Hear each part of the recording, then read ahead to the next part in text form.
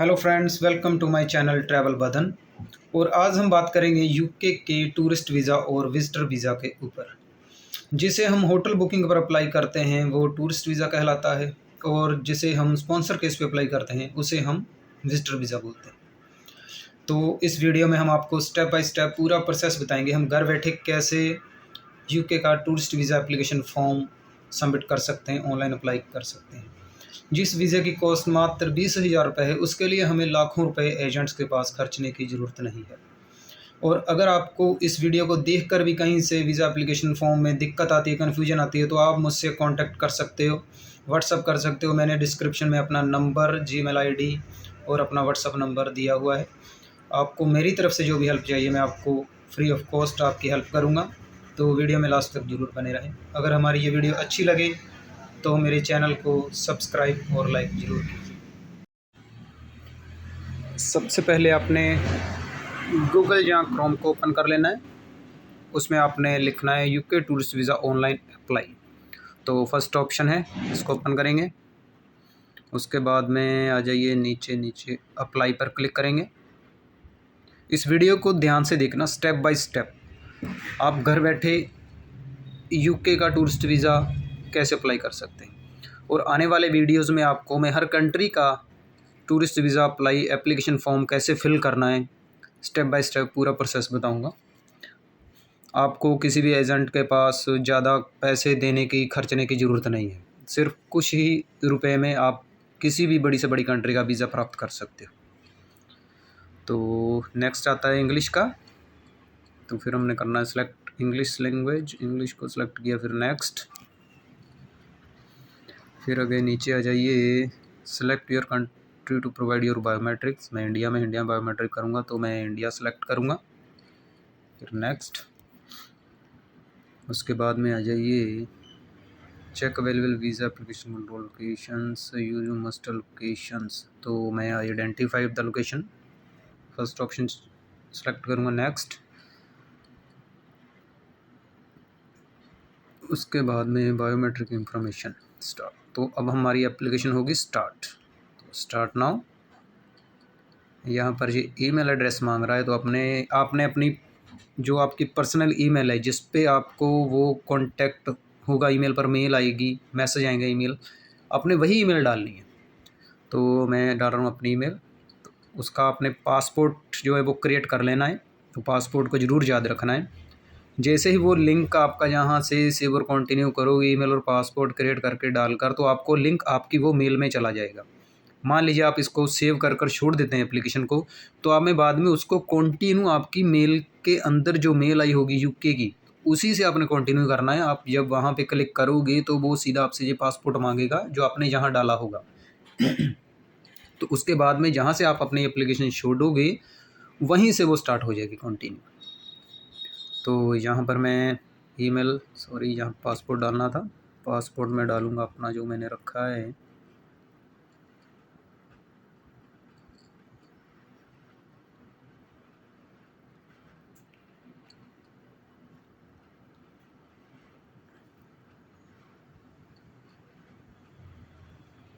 और कंटिन्यू।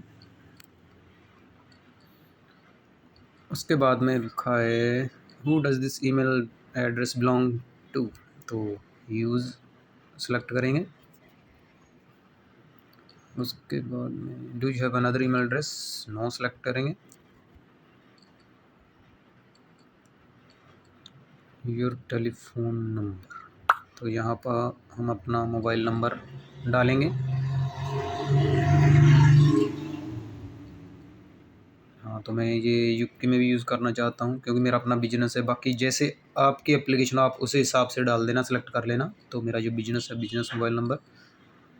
आप यहाँ पर मोबाइल टेलीफोन नंबर भी सिलेक्ट कर सकते हो। तो save and continue. Do you have any another telephone number, no. इसके बाद में आ जाइए I can be contacted by telephone call and text message. I can only be contacted by telephone call. तो आप इन 4 ऑप्शन में से आपको सेलेक्ट करनी है फर्स्ट वाली ऑप्शन, ताकि जो आपको मैसेज भी आ सके और आपको टेलीफोन के ज़रिए भी पता चल सके। Save and continue. उसके बाद में आ जाइए अपना passport travel documents detail fill करनी। अगर आपके पास, और जहाँ जो चीज़ एक आपको मैं बताने जा रहा हूँ वो मैंने बहुत सारी मैंने भी एप्लीकेशंस देखी थी ऑनलाइन यूट्यूब पर, लेकिन इसके बारे में कोई इतना क्लियर नहीं बताता है। तो मैं आपको ये क्लियर बता रहा हूँ, अगर आपके पासपोर्ट के ऊपर गिवन नेम और फैमिली नेम अलग अलग लिखा है तो आपने गिवन नेम के ऊपर गिवन नेम डाल देना है, फैमिली नेम के ऊपर फैमिली नेम। अगर मान लीजिए आपके पासपोर्ट के ऊपर एक ही लाइन में नाम लिखा हुआ है, जैसे मेरा नाम है कुलदीप बदन, एक ही लाइन में लिखा है कुलदीप बदन, तो आपने गिवन नेम में वही डालना है और फैमिली नेम में वही डालना है। एक बार फिर बताता हूँ, अगर अलग अलग लिखा है, गिवन नेम फैमिली में अलग अलग है, तो आपने गिवन नेम में गिवन नेम डालना है, फैमिली नेम में फैमिली नेम। तो सेव एंड कंटिन्यू। उसके आगे what is your sex, male, और मैं यहाँ सिंगल सेलेक्ट करूँगा। बाकी आपका जो स्टेटस है, अगर आप मैरिड हो तो मैरिड सेलेक्ट करेंगे, अगर आप डिवोर्स, जैसे भी आपका केस है आप वो सिलेक्ट करेंगे। ओके, तो सेव एंड कंटिन्यू। तो यहाँ पर बाद में आपने अपना योर एड्रेस, आपने अपना एड्रेस डालना है। वेल मैं अपना डाल रहा हूँ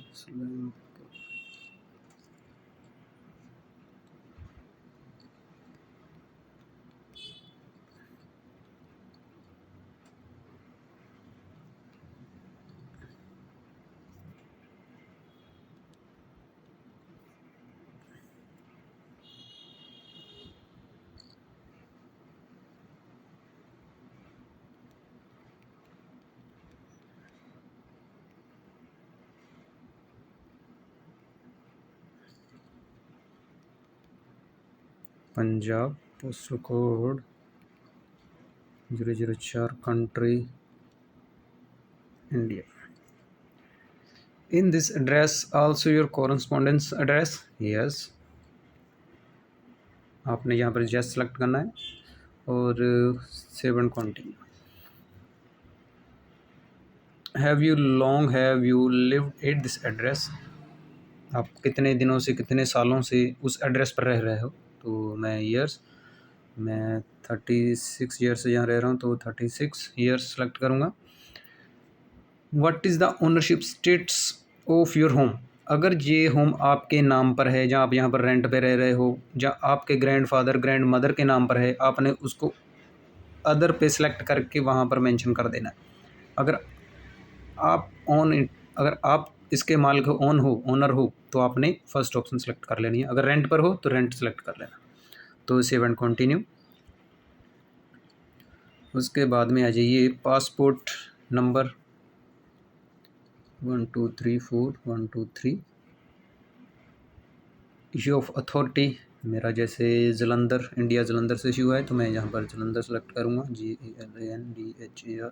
आपका यहाँ से पासपोर्ट इशू हुआ हो, जिस कंट्री से, जिस सिटी स्टेट से इशू हुआ हो, तो आपने वो मेंशन कर देना है। इशू डेट, यहाँ पर इशू डेट डाल देनी है।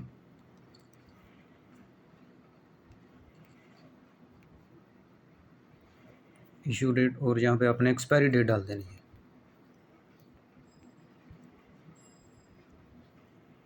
Save and continue.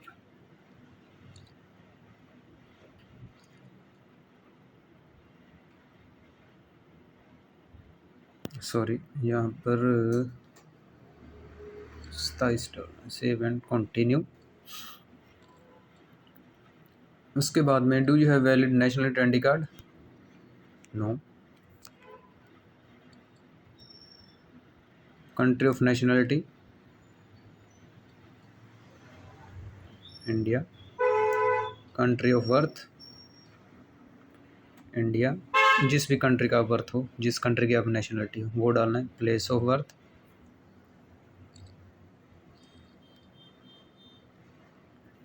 पंजाब, मेरा पंजाब है प्लेस ऑफ बर्थ, तो मैं पंजाब ही डालूँगा। तो आपका डेट ऑफ बर्थ डालना है 09/01/86, ठीक है। उसके बाद में save and continue.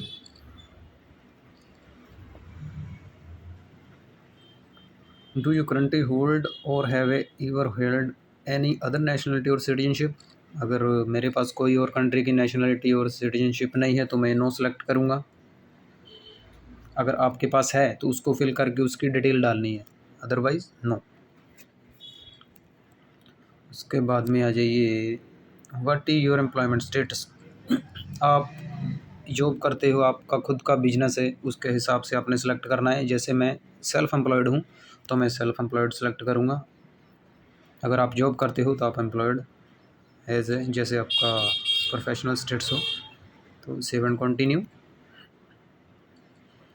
What is your job, यहाँ पर आप मांग रहा है व्हाट इज़ योर जॉब।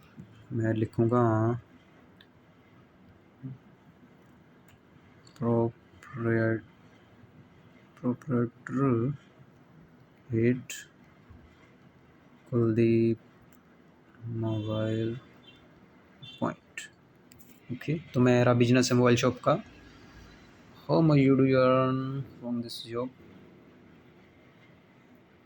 मैं इसमें कितने कमा लेता हूँ? तो यहाँ पर आपने जो लेटेस्ट आपकी जो ITR फिल की हुई होगी, आपने वो इसमें अमाउंट डाली है जो आपने लास्ट ITR में बताया होगा भाई मैंने इतने कमाए। जैसे मैंने अभी 6,65,000 की रिटर्न भरी थी तो मैं इसमें वो अमाउंट डालूँगा। Save and continue. जिसमें यानी पूछ रहा है आपसे आप इस जॉब से कितने कमाते हो ईयर की, ठीक है ना? तो हमने सेव एंड कंटिन्यू। आपके पास other regular additional income savings या सेविंग्स है, सेविंग्स कितनी है? यहाँ पर आपके पास जो स्टिल अमाउंट होगी उस टाइम फाइल लगाने के टाइम, जितनी आपने स्टेटमेंट में लास्ट शो करवाई है आपने वो इसमें डालनी है पाउंड्स में। तो यहाँ मेरे अभी अकाउंट में 7 लाख के करीब है तो मैं 7,000 पाउंड्स यहाँ पर डालूँगा। Okay, I don't have any other income और सेविंग्स। ओके, तो सेविंग्स इसको फिल करके सेव, इसको आपने I don't have any other, इसको आपने ब्लैंक छोड़ देना। Save and continue.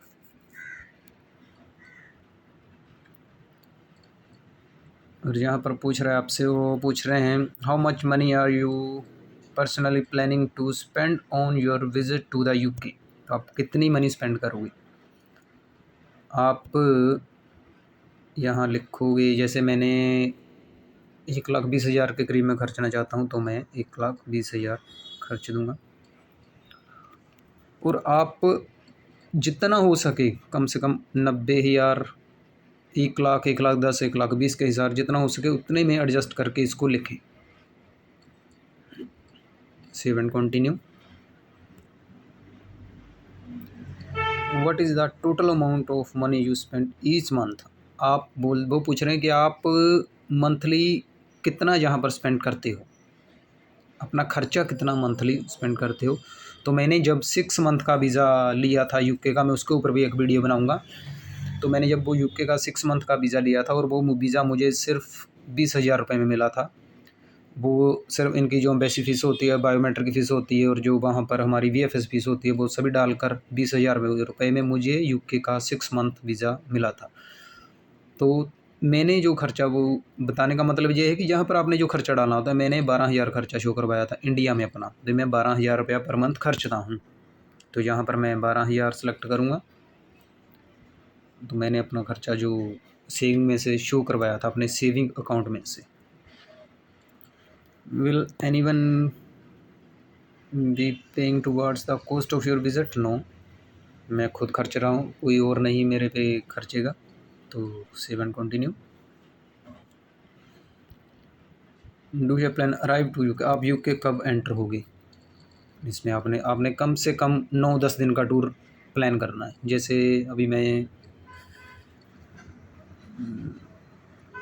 10 तारीख, मंथ लिख देता हूँ मैं 10 और 2023, और मैं do you plan to leave the UK? मैं UK कब छोड़ूंगा? 20 तारीख, जहाँ मंथ लिख देता हूँ मैं 10 और 2023।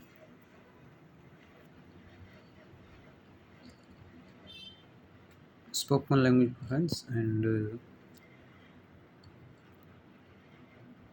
यहाँ पर मैं इंग्लिश सेलेक्ट करूँगा।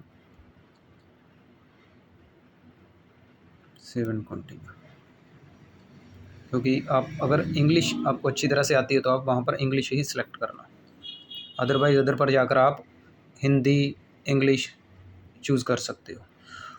और यहाँ पर लिखा है what is the main reason for your visit to the UK, tourism including visiting family and friends. तो ये फर्स्ट ऑप्शन आप चूज़ करेंगे। 7 कंटिन्यूस। इसके बाद में आता है what is the main reason for your holiday visit to the UK, तो tourist.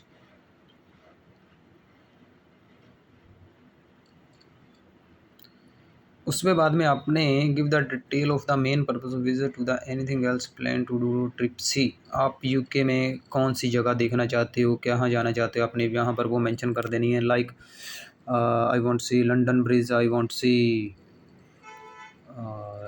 Tower bridge, London I, Manchester, the British museum. आपने ऐसे जहाँ पर कम से कम 15-20 जगह के नाम लिख देने अच्छे से। I want to see London Bridge, London Eye, Hyde Park, British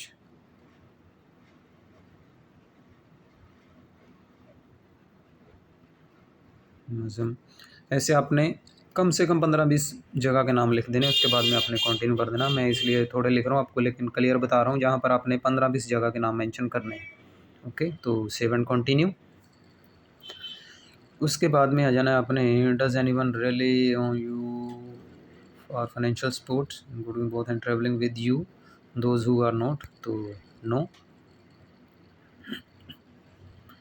उसके बाद में आपने आ जाना है give detail about 2 of your parents. तो पहले मदर की डिटेल डालता हूँ मैं। मेरी मदर का नेम सेम जैसे कि कुलविंदर कौर। इसका भी एक ही लाइन में नाम लिखा हुआ है मेरी मदर का भी, तो इसका भी ऐसे मैं लिखूँगा कुलविंदर कौर।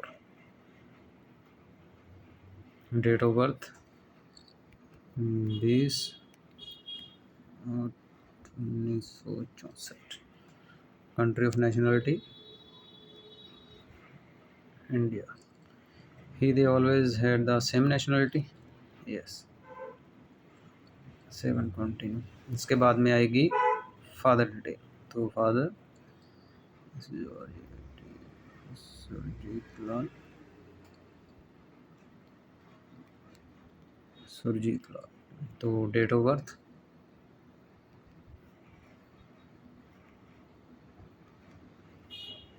नेशनलिटी इंडिया, इसका भी सेम नेशनलिटी, तो 7 continue.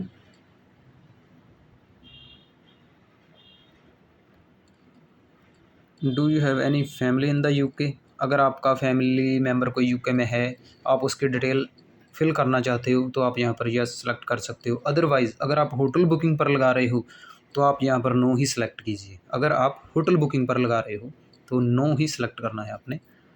7 continue. Will you be travelling to the UK as a part of an organise group, no. Will you traveling to the UK someone who is not your partner, spouse or dependent? No.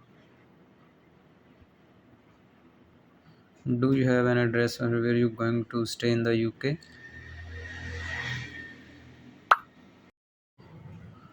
No. 7 continue. Where do you plan to stay in the UK?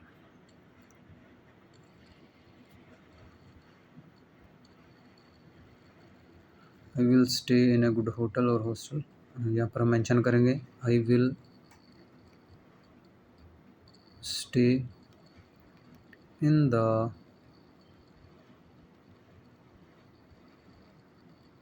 good hotel और hostel, क्योंकि हम ये hotel booking पर लगा रहे हैं इसलिए हम ये चूज़ कर रहे हैं I will stay in the good hotel और हॉस्टल। ओके, तो 7 कंटिन्यू। Have you been to the UK in the past 10 year? अगर आप यूके में पहले ट्रैवल कर चुके हो, लीगल तौर पर आप ट्रैवल कर चुके हो, तो आपने यहाँ पर यस करके उसकी डिटेल डालनी है। अदरवाइज़ आप नहीं, यूके में फ़र्स्ट टाइम जा रहे हो, फर्स्ट टाइम अप्लाई कर रहे हो, तो यहाँ पर आपने नो कर देना है। 7 कंटिन्यू। उसके बाद में आपने how many times you visit the following places in the past 10 year? अगर आप इन कंट्रीज़ में पहले ट्रैवल कर चुके हो, 10 साल पहले पुरानी ट्रैवल हिस्ट्री है आपकी Australia, Canada, New Zealand, USA, Switzerland की, तो आपने उसको सेलेक्ट करके उसके हिसाब से डिटेल डालनी है। अदरवाइज़ अगर नहीं गए हो तो नो। जैसे मैं अभी तक नहीं गया हूँ, मैं यूके में ज़रूर ट्रैवल कर चुका हूँ और मैं यहाँ पर इन कंट्री में, अब अगर आप, कहने का मतलब अगर आपने ट्रैवल नहीं किया है तो आपने यहाँ पर 0 सेलेक्ट कर देना है, नो।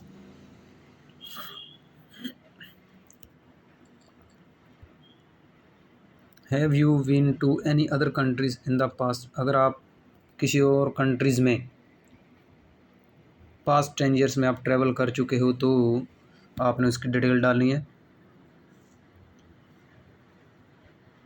Otherwise no.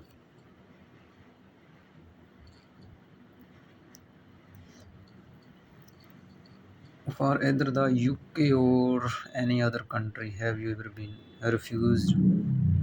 अगर आप किसी कंट्री से रिफ्यूज़्ड हो, डिपोर्टेड हो, तो यस सेलेक्ट करके उसकी डिटेल डालनी है। अगर नहीं हो तो no. Have you enter the UK legally? This did not have permission given false, और यहाँ पर आपने नो सेलेक्ट करना है। 7 कंटिन्यू। और इसके बाद आपने लास्ट में आ जाना है, no I have never had any of this, इसे सेलेक्ट करना है। 7 कंटिन्यू। उसके बाद में आ जाइए, you must read all the information of this page, you are fine, say no, yes, okay, और 7 कंटिन्यूस। यहाँ पर भी आपने नो करना है, यहाँ पर भी नो करना है, यहाँ पर भी no, accept and 7 continue.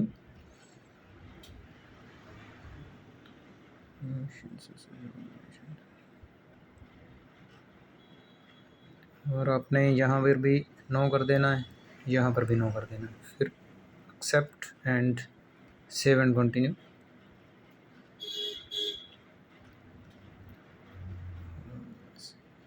No, यहाँ पर भी नो, यहाँ पर भी नो सेलेक्ट कर देना है और 7 कंटिन्यू।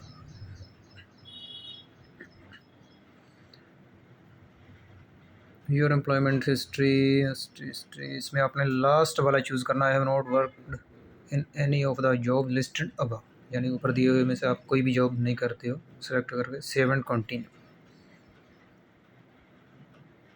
अगर आपने कोई अपनी एडिशनल इन्फॉर्मेशन देनी है तो आप यहाँ पर ऐड फर्दर डिटेल पर अपनी एक्स्ट्रा डिटेल दे सकते हैं, देना चाहते हो तो। अदरवाइज़ आप इसे ब्लैंक छोड़कर 7 कंटिन्यूज कर सकते हो। इसके बाद में आ जाता है लास्ट, शो ऑल स्टेप्स। यहाँ पर आपने अच्छी तरह से देख लेना है भाई, कोई आपसे कोई मिस्टेक तो नहीं हो गई। एक बार दोबारा इसको रीड कर लेना है अच्छे से। अगर कहीं मिस्टेक है तो आप उसको दोबारा करेक्शन कर सकते हो। अभी जब फॉर्म सबमिट हो गया, पेमेंट आपकी कट गई, उसके बाद में आप कुछ नहीं कर सकते।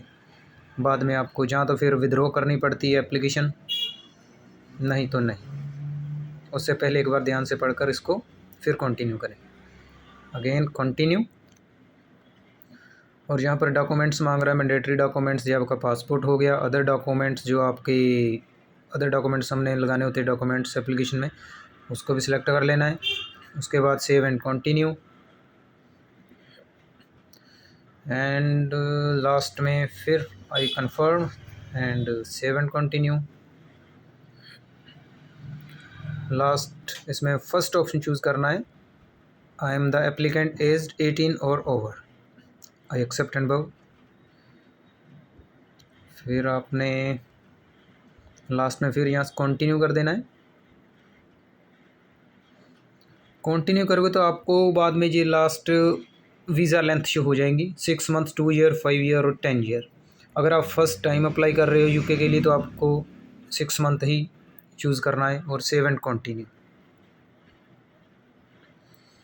इसके बाद आपको वीज़े की जो कॉस्ट है इंडियन रुपीस में कन्वर्ट होकर सामने आपके आ जाएगी, जो अभी की चल रही होगी। उसके बाद में फिर आपने सेव एंड कंटिन्यू कर देना है। लास्ट में आपने जब कंटिन्यू टू वर्ल्ड पे इसको कंटिन्यू कर देना है। इसके बाद में जो आपके ऑनलाइन जहाँ डेबिट कार्ड कुछ भी हो, वीज़ा कार्ड वो मांगेगा, वो आपने फिल करके अपनी जो एम्बेसी फ़ीस है वो कटवा देनी है। और उसके बाद में नेक्स्ट आपके पास जो ऑप्शन आएगी उसमें आएगी फ़ाइल आपके डॉक्यूमेंट सबमिशन की। आप ऑनलाइन पीडीएफ भी सबमिट कर सकते हो और अपनी सॉफ्ट कॉपी सभी अपने पेपर की डॉक्यूमेंट्स फाइल्स की लेकर डायरेक्ट एम्बेसी में जिस दिन की आपकी अपॉइंटमेंट होगी आप उस दिन वहाँ पर डायरेक्ट स्कैन भी करवा सकते हो। तो ये है सारा सिस्टम यूके की टूरिस्ट वीज़ा एप्लीकेशन को फिल करने का। तो फ्रेंड्स, अगर वीडियो अच्छी लगे तो इसे लाइक, शेयर और हमारे चैनल को सब्सक्राइब ज़रूर करें। ट्रैवल बदन।